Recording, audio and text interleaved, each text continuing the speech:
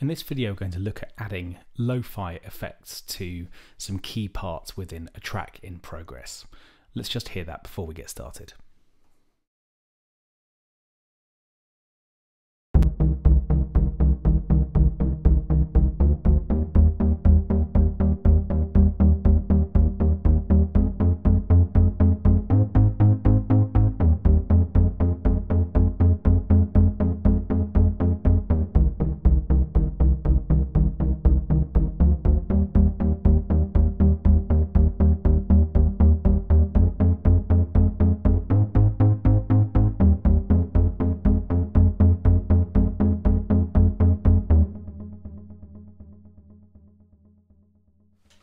So soundtracks like the one for Stranger Things and the forthcoming Blade Runner movie are all the rage right now.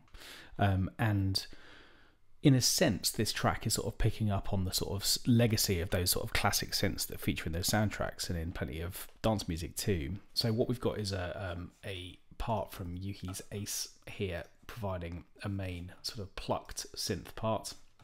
And part of its sound, the reason why it's sounding a little bit like sort of a sort of retro synth, I guess, is because of its delay treatment. Let's just turn that off for a second and hear the sort of dry sound.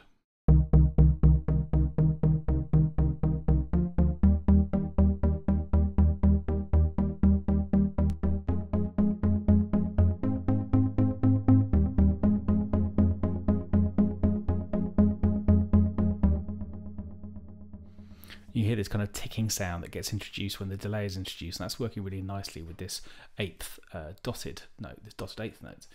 In terms of the bass, I'm using a reactor blocks part.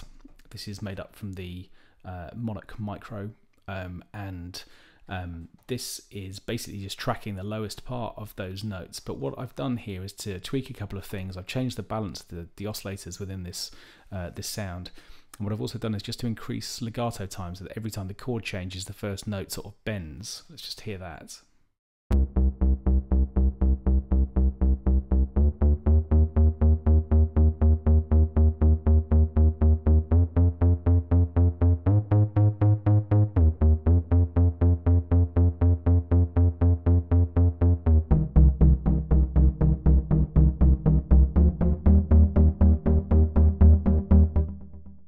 And that works really nicely. Every time the chords change, it's just a little bit more unpredictable. And then just underneath that, we've just got a sort of standard 808 kick coming from Battery 4.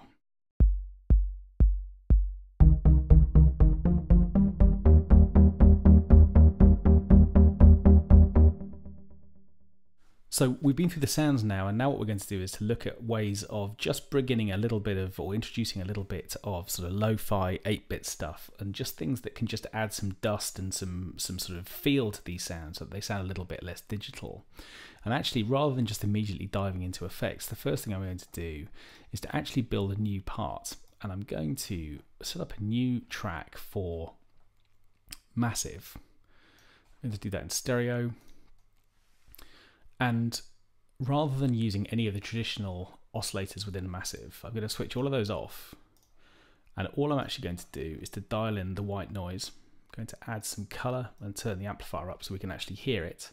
And what I'm then going to do is to send the bass part to this track here. Let's just call this white noise. And maybe give it an appropriate color so we can remember what it is. It's as close as I'm going to get to white. Okay, so let's just hear that.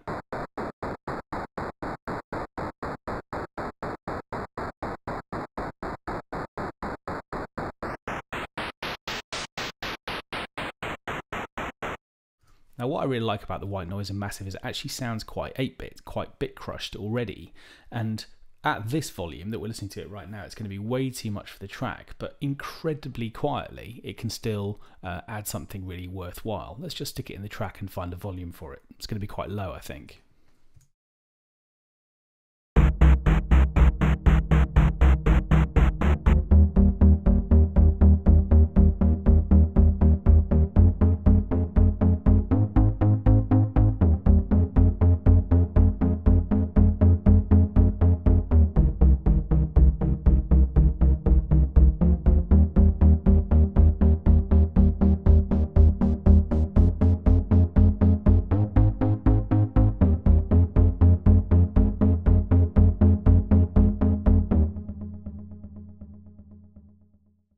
So even at minus 31 dB, when I punch the mute button, you can actually hear that sound disappear. It's incredibly persistent, even at incredibly low volume.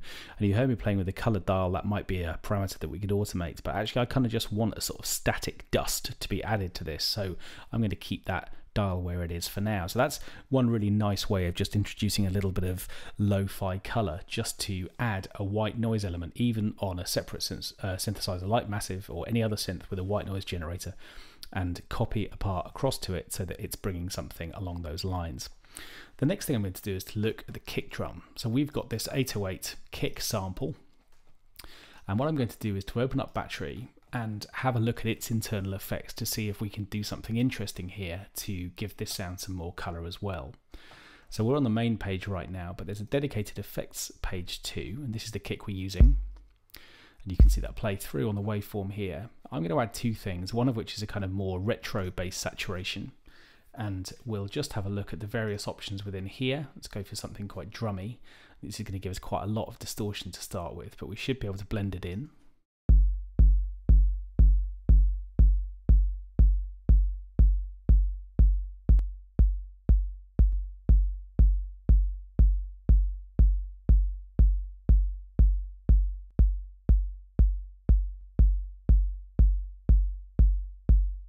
So again, even at low gain, that's providing a big difference.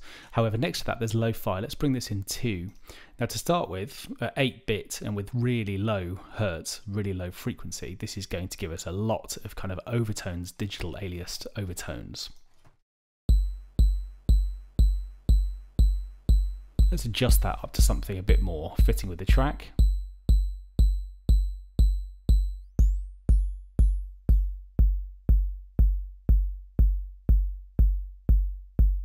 It's quite nice, around sort of 12-bit, 22.5K. I guess that shouldn't come as too much as a surprise. Let's just dial in some noise as well.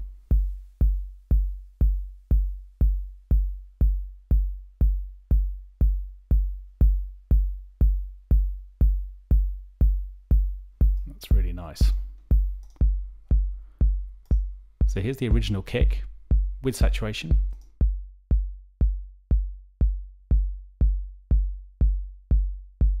And with lo-fi.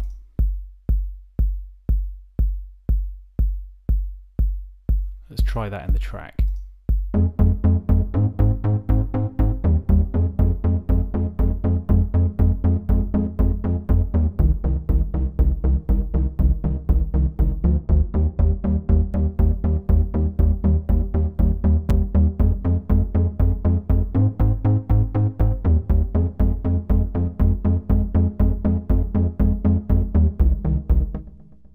That's working well.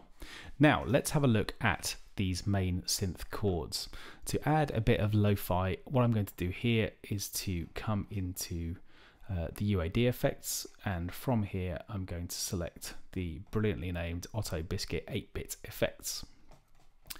Now this is a really interesting processor which allows me to do various quite interesting things with 8-bit style effects. So just to take you through what we're actually looking at here, we've got two main dials. This naked dial gives me dry signal, and the dressed one is the effect, all of which can be configured through this panel here, which we'll look at in a second.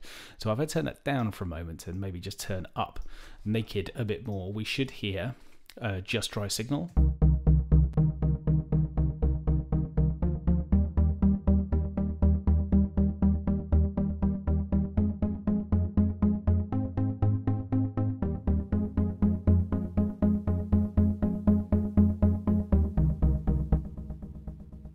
And as I introduced the dressed effect, what we're getting is this kind of really nice crackly 8-bit overtone. So I can configure that with a sort of frequency clock here.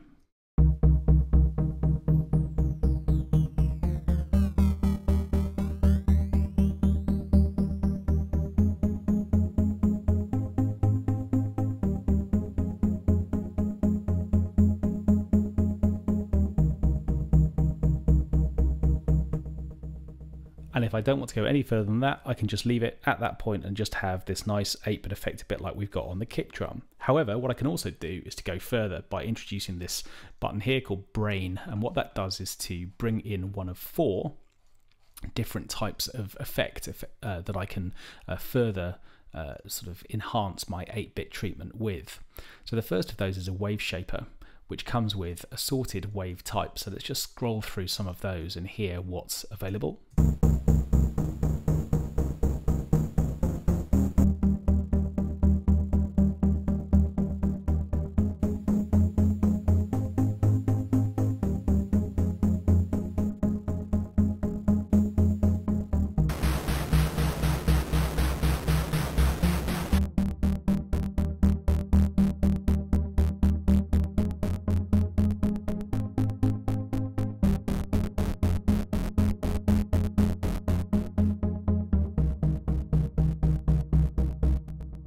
So if I find a wave shape I like, obviously if it's a bit over demanding, if it's giving me too much, obviously I can just come back to effectively the mix dial for this dress dial up here. And actually I did quite like the bat fuzz. I thought that was working nicely. Let's just try that again.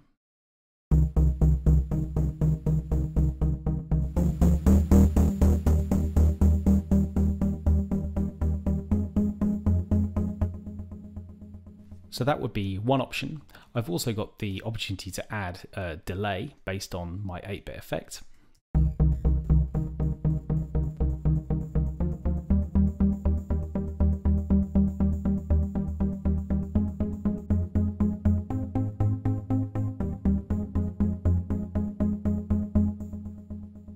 Which effectively makes the 8-bit treatment a delay-based one.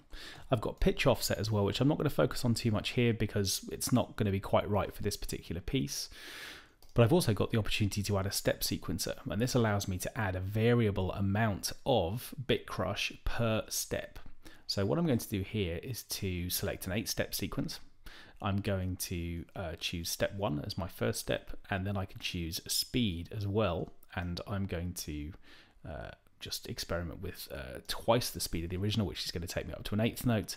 And then what I can do is just to dial in an amount. I don't want it to sort of just ramp in the way that it is right now, but instead rather to have sort of slightly random steps so that they're a little bit different each time. Let's just try that.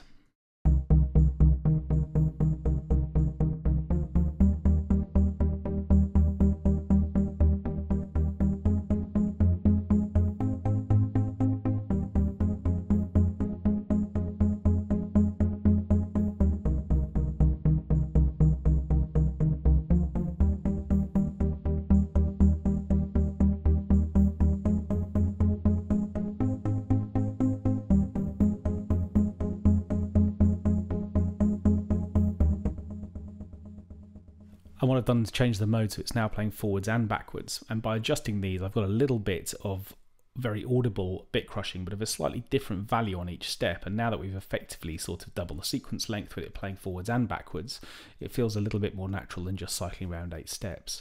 Let's bring that now back into the main piece.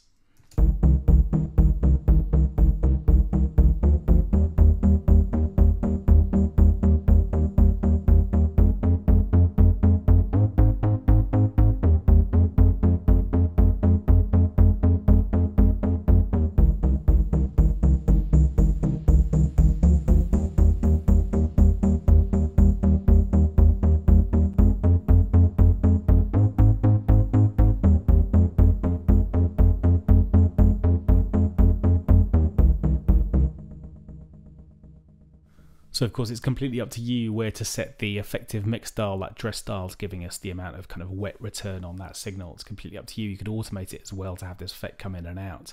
But hopefully this video demonstrates that actually even with really sort of subtle treatments or with using effects at subtle levels, whether it's building new sounds like our white noise effect or a small amount of a wet return here, or indeed the kick drum and what we did to that, it's still possible to introduce some really valuable 8-bit flavor to your mixes.